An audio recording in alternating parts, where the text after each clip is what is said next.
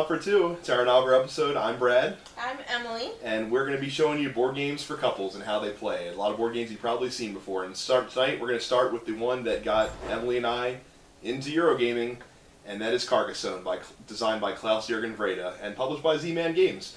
So Carcassonne is kind of like everyone's first Euro, basically. It's a great intro game. It's really simple to play. It's really easy. But there's a lot of fun depth to it and a lot of fun strategy that you can play if you're playing with couples, basically. Especially if you are a couple that likes to be a little bit more antagonistic toward each other when playing board games. Yes, we get a little cutthroat when we play the Carcassonne. Just a tad. So let's take a look at how it plays, and we'll talk about our thoughts. Now, the basic premise of Carcassonne is placing tiles to build your cities, and you eventually, by the end of the game, your table is covered and you have what my husband describes as a tiny work of art on your table. So basically there are three types of tiles. There are monasteries, there are city tiles, and there are road tiles. Now, based on whatever you draw, you have to start with the starting tile from the game. And you have to build off of this. So roads have to match up with roads, cities have to match up with cities, fields with fields, and so forth and so on.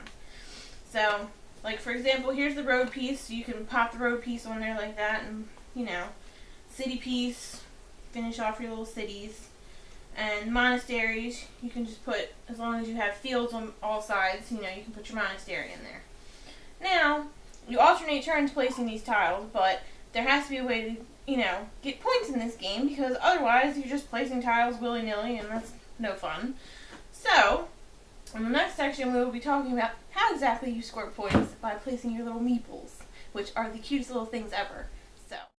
So meeples are these tiny little wooden figures, and they can be farmers or they can be knights or something that you can put on the board, basically. So whenever you lay a piece, if it's unoccupied, so if I lay this piece here and make a little road, I can put my meeple on it, and that way I get points in the game. And you can do that with roads. You can do that with cities that look like pterodactyl feet. You can do that with monasteries that are unoccupied when you lay the tile down, and you'll get points for everything around it. Meeples are how you score in Carcassonne, and that's pretty simple. How do you score points? It's pretty easy. Whenever you complete a city that has a meeple inside of it, you get 2 points per tile in that city. If they have these little banners on it as well, you get an extra 2 points per banner. If it's on a road, you get an extra you get a point per tile on the road, and then you can take your meeple off the board. If it's in a monastery and you fill in all the tiles around it, you'll be able to score 9 points, one for each tile around it.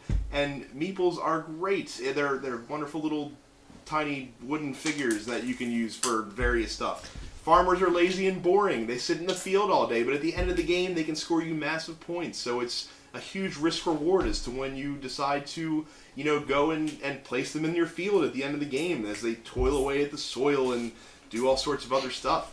So that seems pretty simple, and you can play Carcassonne really nicely and really calmly, just placing tiles and building your cities and scoring your points and having your farms at the end of the game, and that's fun for a while. But you know what's really fun? Screwing over the person that you're playing with. See, Carcassonne is a great game when you're playing to screw over your opponent. Now, not everyone likes this style of game, but it still makes it a lot of fun. So one of the rules in Carcassonne is that you cannot put your meeple in a city that someone already has a meeple in. So if I decide to play this tile right here, I can't place my red meeple in Emily's city. It's not allowed. She already has the city. But if I'm a bit of a douchebag, which I could be, I can place my city tile here and put my red meeple in a new city, and a city that's not at all connected to the city that Emily already has. And then later in the game, when I get this piece and put it right here, all of a sudden I've moved in on Emily's city. And now that city is also my city, so when it scores points, it's going to score points for me too. Let's say I'm a really big pain in the butt with Emily, and instead I'll also do this when I can find a little end cap tile where I can place this here, and I'll place another meeple in this city, and then eventually I'm going to connect this city together, and I'm going to connect together with this city. Now I have 2 meeples in this city and Emily has none, which means Emily's not going to get any points out of the city that she started in. That's called being an asshole in Carcassonne. But being a jerk is kind of fun in Carcassonne. It's what keeps the gameplay from feeling still fresh every time you play, instead of kind of boring and mundane because you're kind of just doing the same thing every game. But Carcassonne is really fun, especially if you play with that kind of screw you element to the game. Now, some people don't like to play that way. Some people just like laying tiles and scoring points, and that's fine. But we are not those people. we are not those people. we like games where we can antagonize each other and start fights over the fact that someone moved in on a 30-point city later in the game, because it's happened a couple times, not going to lie. So what do we think of Carcassonne overall? I love Carcassonne. It is one of my favorites. It's a staple in our house, and whenever we can't figure out what to play, hey, let's play Carcassonne. Yeah, I mean, it's like I said, it's the Euro game that everyone seems like they start with, and some people get bored with it as they go along, because again, it's a really simple game. Gameplay is really easy.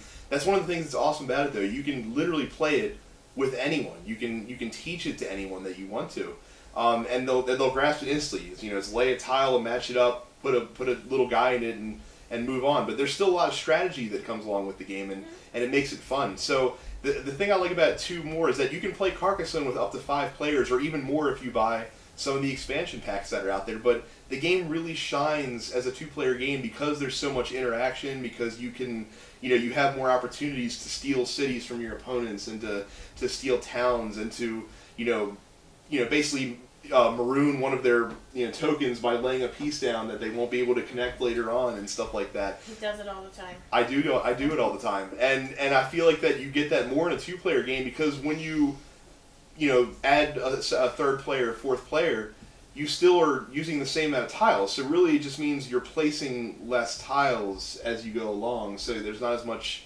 opportunity for you to actually build up your cities as well as you go. There's not as much chance to get those giant cities where sometimes you can score 60-some points as we've done before. Yeah, I mean that's one of the awesome things about it too, is when you just keep building this humongous city as it goes. So we love Carcassonne as a 2-player game. It's excellent if you're a couple. I'm telling you, play a style that where you really do move in and screw the other player over, and it's more fun that way. And it's more strategic that way too. And the other great part about Carcassonne is when you get bored with the basic set, there's like 17 different expansions that you can pick from, and some of them really are great. Like the Inns and Cathedral expansion is the first one, and it adds a layer of strategy to the game that's huge, because you get an oversized meeple that counts as 2 meeples that you can easily take cities away from your opponent if you put him down in. Or you get cathedral tiles that make your cities worth 3 points, but if you don't complete the city by the end of the game, you get no points. Normally you would get partial points for incomplete cities. So I mean, the Inns and Cathedrals expansion, I feel like, is almost an essential part of the game at this point. So Carcassonne is great. I give it an A as a 2-player game. If you have never played a Euro game before, you should go buy it immediately. It's fantastic. It's definitely worth checking out. It's a great one to start with, because if you like this one, you will love other games that are out there. Well, I hope anyway. I would hope so too, yeah. And like I said, it's like the gateway drug of Eurogaming. And everyone that we have ever shown this game to and taught them how to play, they instantly love it. It's just... And it's so freaking simple. It's so easy. It's so easy, but it's still a lot of fun. So we hope you enjoyed it. This is just the first of many videos from us. Make sure you click the subscribe button down there, please, so you can always get the new ones. And also, we're part of the Nerdpocalypse, so if you've never been to nerdpocalypse.com, check us out. We have a whole litany of podcasts and shows to check out, from comic book news, movie news, video games, black cinema, all sorts of stuff. So make sure you check it out. Thanks for hanging around, guys. We'll see you later. Bye.